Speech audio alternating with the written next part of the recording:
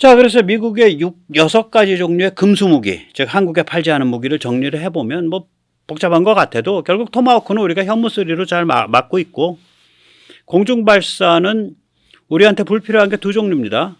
예. 하나는 뭐냐면 1800km 가는 탄두 900km짜리 이 괴물, 이거 우리한테 필요가 없어요. 공연히 긴장만 높이고, 우리 이걸 꼭 해야겠으면 우리 탄도미사일을 다 갖춰놨기 때문에 이 효과를 중국에 대해서 얼마든지 봅니다. 현무사, 현무 이런 걸로. 이거 불필요합니다.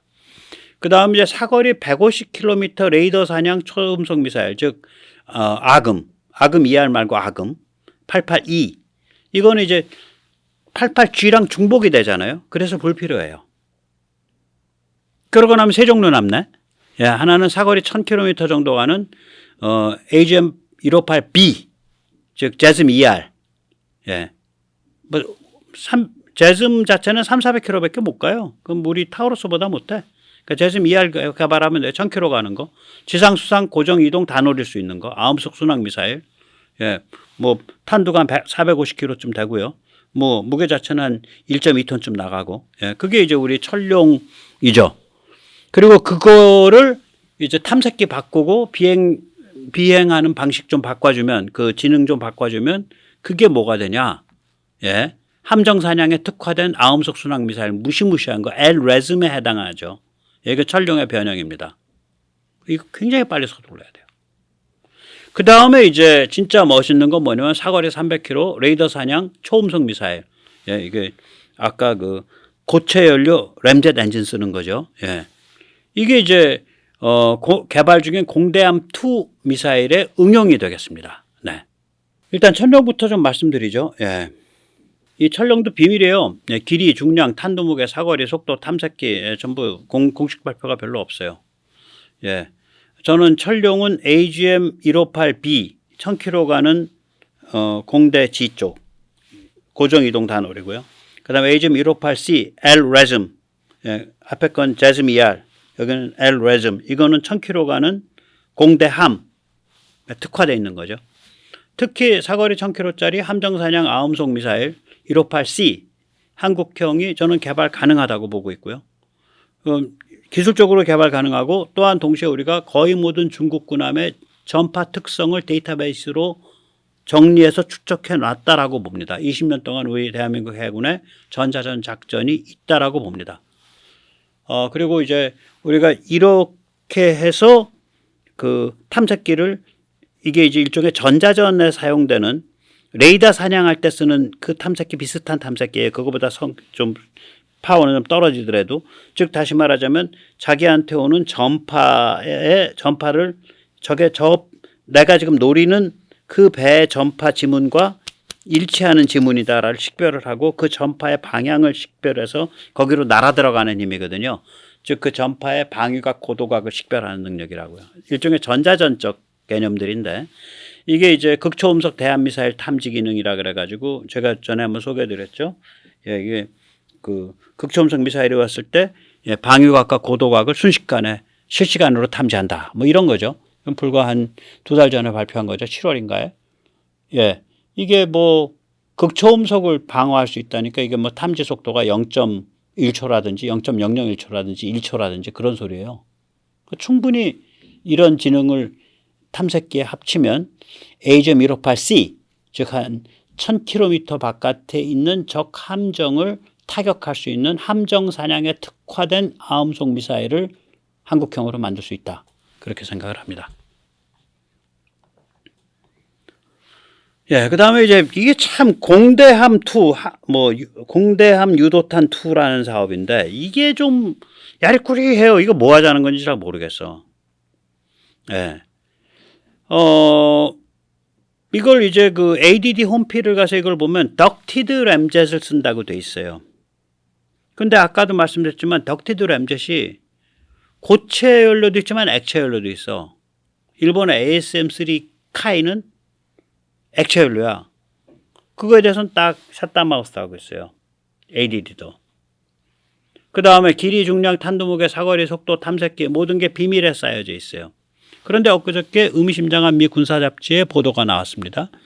한국의 공중발사 초음속 미사일은 함정뿐 아니라 다양한 타겟을 노릴 수 있는 탐색기를 장착합니다. 오케이. 그리고 이 보도에서는 뭐 길이가 6m쯤 되고 중량은 940kg, 직경은 300에서 400mm 뭐 이런 얘기가 있는데 350에서 400mm 이건 다 잊어버리셔도 돼. 제가 보기엔 이거 뭔가 굉장히 치명적인 걸 만들고 있어요. 그래서 아무 얘기를 안 하고 있는 거예요. 지금 보도된 것 정도면 얘기했어. 전 그렇게 믿고 싶어요. 여기서 저는 딱 하나만 주목하고 있습니다. 다양한 타겟을 노리는 탐색기. 오케이? 뭐 수상, 지상, 이동, 고정 다 노릴 수 있다. 그 정도는 요새는 상식이에요. 저는 이 탐색기가 전파를 추적하는 탐색기일 수 있다고 보는 거예요. 제가 너무 희망사항인지 몰라도. 뭐 이런 희망 좀 해보면 어떻습니까? 지금 이 공대함2 이게 이제 저는 이게 고체라고 생각을 하고 있거든요. 사실은 고체라고 생각했을 때 고체 연료 덕티드 램젯이라고 본다면 혹은 뭐 환형 램젯이든 그건 사실 벌써 고체 연료 램젯에 들어가면 그걸 환형으로 만드냐 덕티드로 만드냐는 저는 큰 문제가 없다고 봐요. 그 차이는 별로 없다고 보는데 아마 지금 공군이나 국방부 ADD가 고민하는 건 뭐냐면 특히 공군 쪽에서 아마 이 고민을 하고 있을 거고 이걸 제대로 된 방향에서 결론이 나고 있을 거다. 저는 그렇게 봅니다. 이게 음속의 3-4배짜리 초음속이잖아. 초음속 미사일로 뭘 때리는 게 제일 좋은가? 초음속 미사일이 무슨 용도에 최적이냐? 초음속이 반드시 아음속보다 좋은 게 아니에요. 여기 지금 보시면요. 네. 아음속은요. 탄두 대비 중량 비율이 1대 1.2 정도 됩니다. 1.2가 아니라 2.2. 죄송합니다. 이거 잘못 썼습니다. 1대 2.2. 탄두 대비 중량 비율이. 그러니까 탄두가 450kg이면 중량은 한 1200kg면 된다 이거지. 1.2. 혹은 2.2. 1대 2.2. 혹은 2.4. 그런데 초음속으로 가면요. 탄두 대비 중량이 1대 7.5쯤 나와요. 즉 다시 말하자면 탄두 100kg, 500kg 움직이려면 500kg짜리 탄두가 하려면 이 미사일은 4톤짜리 괴물 미사일이 나와야 돼. 아음속 갈 때는 탄두 500kg 가려면 미사일은 1.2톤이면 됐었어.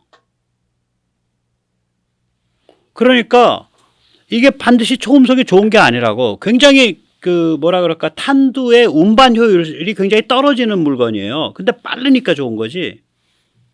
그러면 이건 날카로운 침 같은 거거든. 그래서 미티어 같으면 탄두 무게 25kg이고요. 미국의 AGM-88G 탄두 무게 불과 66kg예요.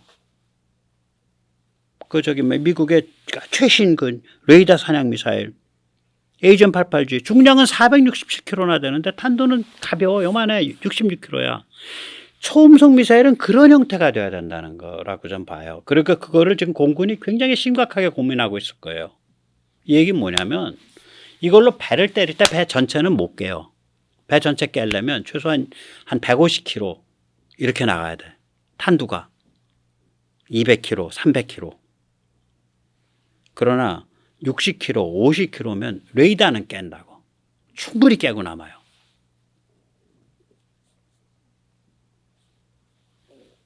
그래서 저는 이 개념을 레이더를 깨고 나면 어차피 상대방은 그냥 물 위에 떠 있는 관역이 돼버리는 거 아니냐. 그게 육상에 있었으면은 그냥 폭탄 투하 실험장이 되는 거 아니냐. 레이더 깨지고 나면 아무 방어력이 없는데. 그러니까 이 초음속 쪽은 레이더 깨는 거에 맞춰야 된다. 그런데 자 보세요. 미국도 겁이 나서 LRASM을 일본에도 안 팔아. 근데 한국이 아직 물건 나오려면 몇 년 남았는데 4, 5년 남았는데 지금부터 우리는 사거리 400km짜리 말이에요. 예, 미국 미제보다 조금 더 길어요. 그러니까 조금 더 많이 가겠죠. 예, 미제는 4m 6cm인데 우리는 내부가 4m 한 70까지 들어가기 때문에 한 50cm 길어지거든요. 네, 그래서 우리는 미제가 300km 가는데 우리는 350km나 400km를 음속의 4배, 3배로 가는 그런 초음속 미사일을 만드는데 말이죠. 요 앞에 탐색기가 말이에요. 요게 전파를 추적해요. 그래서 얘가 레이더를 깰 수 있고요. 요걸 좀 약화시켜서 좀 다른 데 쓰면요. 예, 대함, 네, 철룡인데 함정만 노리는 그런 철룡을 만들 수 있어요. 자기 레이더 안 켜고 함정이 발생하는 레이더 쫓아 들어가서 때리는 거예요. 아, 그거 말이죠. 우리 중국에 있는 말이에요. 그 전함들, 우리 레이더파 족보 다 갖고 있어요. 이렇게 좀 잘난 척 할 수가 없잖아. 잘난 척은 백모가 해야죠. 그 백모의 특권 아니야. 전 아무 책임 없는 야인이니까. 우리 같은 보는, 아, 그래서 그렇게 갈 수 있겠구나라는 우리 시청자님들이 그걸 이해하고 음미해 주면 되지. 그거를 국방부가 나와서 지금 잘난 척 할 때가 아니죠. 감춰야지, 발톱을. 발톱을 감춰야죠. 저는 그렇게 믿고 싶어요. 왜냐면 저 같은 사람이 저 이치가 보이는데 국방부 사람이 저걸 못 보고 있을까? ADD가? 그 사람들 바보 아닌데? 최소한 저 전문 분야에서 나보다 10배, 20배 더 스마트할 수 있는 사람들인데? 예, 그렇게 보는 거죠. 예.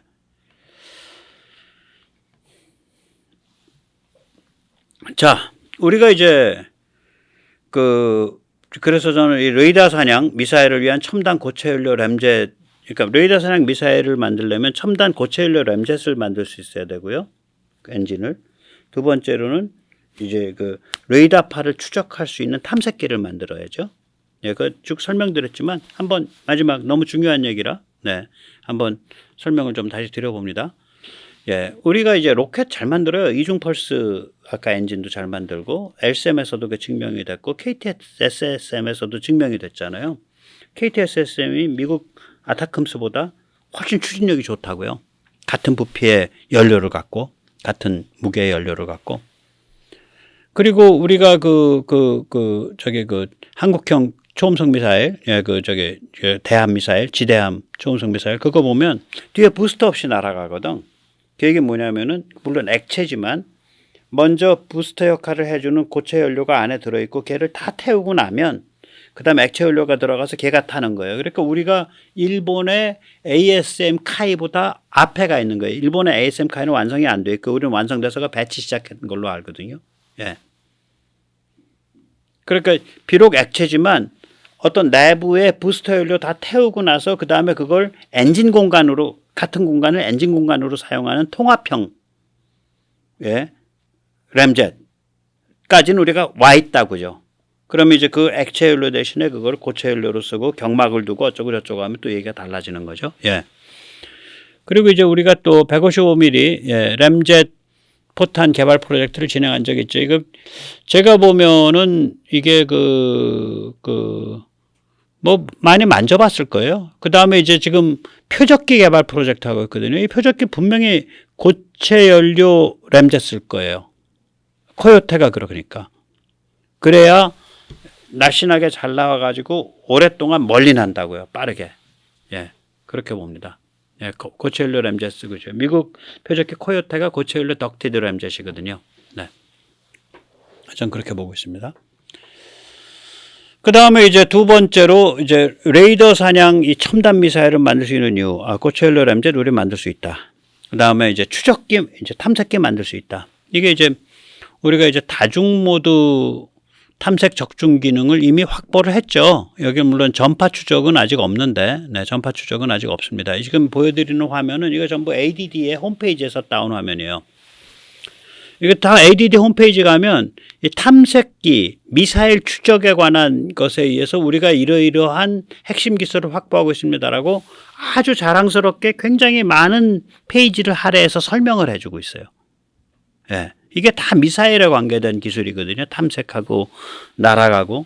이거 우리가 굉장히 잘 돼 있다고요. 다시 말하자면 우리가 탐색해서 레이더로 탐색하는 거, GPS 관성 항법으로 날아가는 거, 이중대역 적외선 영상으로 탐색하는 거, 지형고도 참조해서 날아가는 거. 다 잘 돼 있어요. 이거. 굉장히 잘 돼 있어요. 그래서 이걸 외기가 힘들어서 옛날 그 대학 입시 공부할 때처럼 레항 적지고 레이더 항법 적외선, 지형, 고도 이걸 다 지금 잘 다루고 있어. 이게 이제 영어로 말하면 INS-GPS 그게 이제 관성항법이죠. 그다음에 IIR 이게 적외선 쪽이죠. terrain altitude mapping, 이게 지형 고도 참조죠. 예. 이 다중 모드에 하나 더 추가 못 하겠냐 이거지. 레이더 전파 감지 추적을 하나의 모드로 추가 못 하겠냐. 할 수 있다. 왜냐? 우리가 전자전에 레이더 전파 방위각 고도각을 실시간 0.1초, 0.001초로 식별하고 특정하는 기술을 갖고 있는데 이걸 왜 못하겠냐. 그 다음에 우리가 그동안 우리 해군이 개고생하면서 20년 동안 전자전 작전을 해서 중국 지상 레이더파, 중국의 그 함정의 각 함정별의 전파 레이더파의 지문을 갖고 있다라고 저는 생각을 하는 거죠. 예. 그래서 이제 우리가 굉장히 깊게 고민하고 결심해야 될 때가 됐습니다. 예. 이게 이제 너무 민감해요. 네, 너무 민감해요. 이 무기들이. 그래서 이건 일반적인 뭐 우크라이나 무슨 무기가면 게임 체인저입니다. 아타킴스 게임 체인저입니다. 무슨 저기 뭐지 아브라함스 탱크 게임 체인저입니다. 뭐 하이마스 게임 체인저입니다. 게임이 맨날 바뀌나. 그럼 이제 언론이 떠드는 소리고요. 예. 그 게임이 그렇게까지 바뀌면 되겠어요. 예. 근데 이런 민감한 무기들, 이 미국이 왜 우리한테 안 파냐? 뭐 돈 벌기 싫어서 안 파는 게 아니라 밸런스 체인저기 때문에 그래요. 이런 식으로 군사 기능을 막 높여가면 군사적 긴장을 미국이 관리하기 어렵다 그렇게 판단해 온 거죠. 특히 뭐 불과 얼마 전까지 한 4, 5년 전까지는 중국이랑 굉장히 사랑을 깊게 나눴잖아요. 네, USA라는 나라가 네, 중국인민공화국이라는 나라랑 네, PRC랑 그래서 더 이 그 한국의 국방력에 대해서 좀 족쇄를 채웠죠. 근데 그건 미국 입장이고 우리는 한국 사람이니까 세계대전이나 큰 전쟁으로 안 번지게 막는 건 그건 아저씨가 알아서 하셔야 되고 저 양아치가 덤비면 우린 쥐업해야지. 그게 이제 한국의 자주국방 정신이죠. 함께 또 따로 우리 동맹의 한 부분이지만 가끔 국지적 응징은 따로 해야 된다. 함께 또 따로죠. 그리고 그 국지적 응징이 전쟁으로 안 번지도록 막는 건 그건 미국 비즈니스 아니냐. 당신 그러니까 강대국이지. 그게 우리의 입장이죠. 예, 그게. 자, 그런데 그러더라도 그거 이제 그렇게 해서 우리가 쓰겠다 그래서 이런 살벌한 무기를 잔뜩 만드는 거죠. 근데 이걸 가져가서 뭐 터키에 팔고 이집트에 팔고 뭐 기분 좋으면 파키스탄 뭐 미얀마도 팔고 인도에도 팔고 뭐 아무데나 다 팔고 다녀. 조지아도 팔고. 그럼 되겠어요? 미국이 민감해서 무서워서 금수하는 무기는 한국도 무서워서 금수해야 돼요. 무기는 상품이 아니에요. 일반적인. 특히 이런 무기들은 수출 상품이 아니에요. 현무5처럼 그냥 꾸준히 거의 수출 못할 거야 각오하고 계속 비용 지출하면서 계속 모델 업그레이드하고 계속 찍어내서 쟁이고 재고 관리하고 연습 관리하고 운영 관리하고 이래야 되는 무기일 수 있어요. 이거 지금 5종류 하면요. 1년에 한 5천억에서 한 1조씩 깨집니다. 이 종류 한 2-3종류 하면. 이거 왜 해야 되냐? 이게 주권 자산이거든. 중국이 함부로 설치하지 못하도록 막아주잖아요. 이렇게 살벌한 무기를 우리가 잔뜩 갖고 있으면. 그 다음에 이렇게 살벌한 무기를 갖고 있으면 미국이 우리를 함부로 총알바지 혹은 희생양 혹은 완충지대로 사용하지 못하도록 막아주죠. 우리 힘이 약하면 미국이 그 유혹을 받죠. 쟤들 좀 총알바지 좀 억울하겠지만 여기서 전쟁 끝내야지. 1953년에. 나 제대로 완충지대니까 북한 뭐 자유와 이런 거 생각하면 안 돼. 불과 얼마 전까지. 또 이런 무기가 있으면 글로벌 군사지정과 외교 게임에서 우리가 무게와 영향력을 갖겠죠. 주권 자산인 거예요. 중국 너희가 우리 열받게 만들어? 야 우리 거 베트남하고 필리핀에 확 풀어.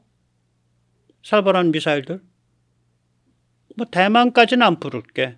그건 너 뺨치고 너 어금니 뽑는 짓이니까. 그건 너 옥수수 빠지는 건 내가 안 할게. 그러나 베트남과 뭐 필리핀까지는 풀 수 있겠는데 너 어떻게 생각하냐? 이게 이제 아주 살떨리는 군사지정학 외교 게임이거든요. 이게. 그 다음에 이게 우리 통일 자산입니다. 북한 자유화 찬스가 왔을 때 중국과 살떨리는 어깨 싸움을 벌일 수 있는 발판이죠. 중국 입장에서는 북한 내놓고 싶어 하겠어요? 북한을 내놓으면 바로 자기들 앞에 여기다가 진짜 칼이 여기 딱 들어오는 건데. 그 다음에 북한 자주와 북한과 그게 뭐 북한이 어떤 형태가 됐든 간에 체제 동지로화, 그게 통일인데 체제 동지로화가 이루어지면서 한반도 전체를 방어하는 게 우리 책임이 될 거란 말이죠. 그럼 중국과 러시아와 국경을 맞대게 되죠. 이런 게 있는 것과 없는 거는 천양지차죠. 걔들 완전히 깡패 양아치인데. 그래서 이거는 수출을 못하더라도 해야 돼요. 그리고 이 무기들은 KF-21에서 사용되는 거예요. 그러니까 SBS 기자처럼 100억이 더 F-35보다 비싸요. 이제 우리 어떻게 해야 되나요? 이런 개소리 할 때가 아니죠. 예. 사실은 100억이 더 비싸지도 않고 구매가는 비슷할 거고 운영비는 훨씬 쌀 거고. 예. 그럴 겁니다. 구매가도 쌀 거예요. 제 느낌은 그래요. 그 사람이 잘못된 숫자를 썼거든. 옛날 F-35 가격을 썼어요. 그런데 이제 기대하지 않았던 큼직한 보너스가 옵니다. 두 가지나 옵니다. 예. 하나는 뭐냐? 예. K무기 수출을 위한 아우라 보증수표가 됩니다. 얘가. 지금 당장은 KF-21을 사도 이 미사일은 살 수 없어 너희는. 하지만 네가 깡패한테 정말 행패를 당할 때 두들겨 맞을 때 그래서 모든 자유세계가 너를 응원할 때 너의 슬픔과 고통과 분노를 모든 자유세계가 함께할 때 그때 우리는 공군 무기고에서 빼내서라도 이 무시무시한 미사일 다 채워서 줄게. 순식간에 줄게. 너희 돈 없으면 지금 KF-21 안 사도 돼. FA-50만 사면 돼. 아, FA-50 살 돈도 없어? 아, 그럼 우리 기업체를 소개해 줄게. 너희 나라에 할 만한 공장이 있을 거야. 정신 똑바로 차리면 밥 굶는 법 없잖아. 우리도 몇십 년 전에 굶고 살았어. 이런 메시지를 우리가 때릴 수 있는 거예요, 이게. 이 메시지가 더 절절한 설득력을 갖는 거예요. 이런 무시무시한 미사일들을 갖고 있으면. 주권 자산이죠. 그리고 통일 자산이고. 이게 이제 보너스 1번입니다. 그러니까 이게 있으면은 지금 당장은 안 사더라도 살 수 없어. 한국에 안 판대. 근데 우리가 만약에 지금 러시아가 우크라이나한테 우크라이나 취업하듯이 우리가 그런 흉악한 일을 당하면 한국이 일주일 만에 자기 공군에 있는 물량 뺏어 갖다 팔아준대. 아, 그러니까 KF-21을 사면 되겠네. 이렇게 되는 거예요. 이게 두 번째 아주 기막힌 효과가 있어요. 제가 이거 여러 번 고민해 봤는데요. 미국을 압박해서요. F-35의 F-15, KF-16에 통합하면 지금의 방어적 공군이 치명적 공군으로 완전히 탈바꿈합니다. 우리 공군 전력의 차원이 달라집니다. 미국한테 이렇게 말하는 거죠. 야, 중국 상대하려고 살벌한 미사일 좀 만들어 봤어. 너희도 알잖아. 근데 이 미사일들은 함부로 수출할 수도 없고 수출해서도 안 되잖아. 그건 너희도 알잖아. 야, 그런데 우리가 운영하는 F-35A, F-15, F-16에 통합 좀 하면 안 되겠냐? 중국이 함부로 못 설치게 되잖아. 그거 통합되면. 아, 걱정 마. 야, 다른 나라가 운영하는 너희 그 미국산 비행기엔 너희 양해 없이 이거 팔러 안다니까. 거긴 너희가 팔든지 말든지 해. 어차피 그리고 통합할 때 너희가 그 임무 컴퓨터 손보잖아. 그 소프트웨어는 너희가 컨트롤 하잖아. 그 소프트웨어 업그레이드 해주냐 마냐는 너희가 할 거 아니야. 야, 우리가 돈 내고 우리가 운영하는 우리 전투기인데 거기에 우리 미사일을 못 붙인다는 게 좀 이상하잖아. 야, 우리 두 나라의 혈맹이 그런 게 아니잖아. 그 역사가 70년도 넘잖아. 너희가 이런 것도 안 붙여주면 남들이 너희를 어떻게 믿겠냐. 이러고서 미국을 압박할 수가 있어요. 그래서 이 KF-21용으로 만들어놓은 이 무시무시한 미사일들을 정말 싼 가격에 저기에다가 붙일 수 있는 거예요. 아까 제가 그걸 깜빡 잊고 말씀을 안 드린 것 같은데,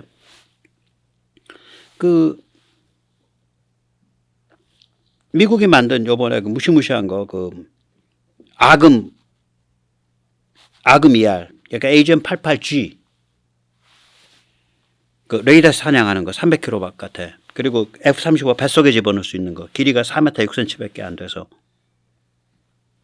걔 미국의 구매가가 $200만 다른데 아무데도 안 팔아. 근데 오스트레일리아만 한 발에 $800만 주고 팔아요. 뭐냐면 다른데 보내는 메시지가 그거거든.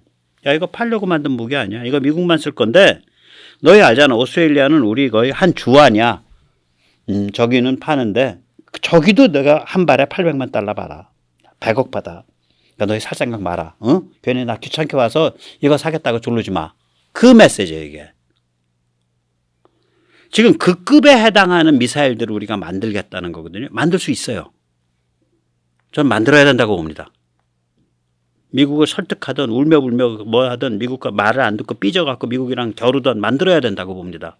그게 함께 또 따로 자주국방이에요.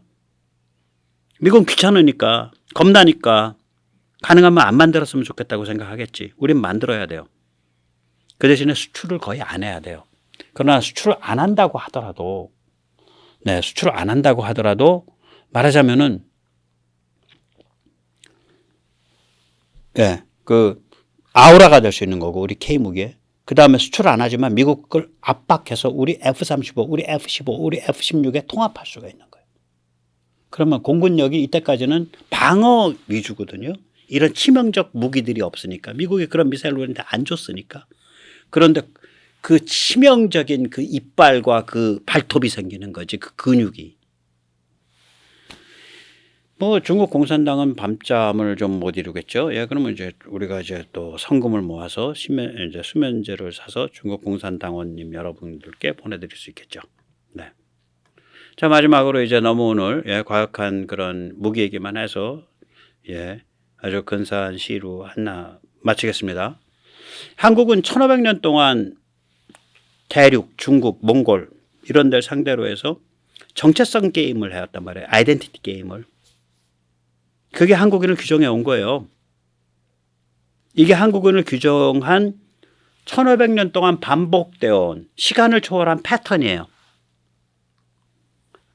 T.S. 엘리엇.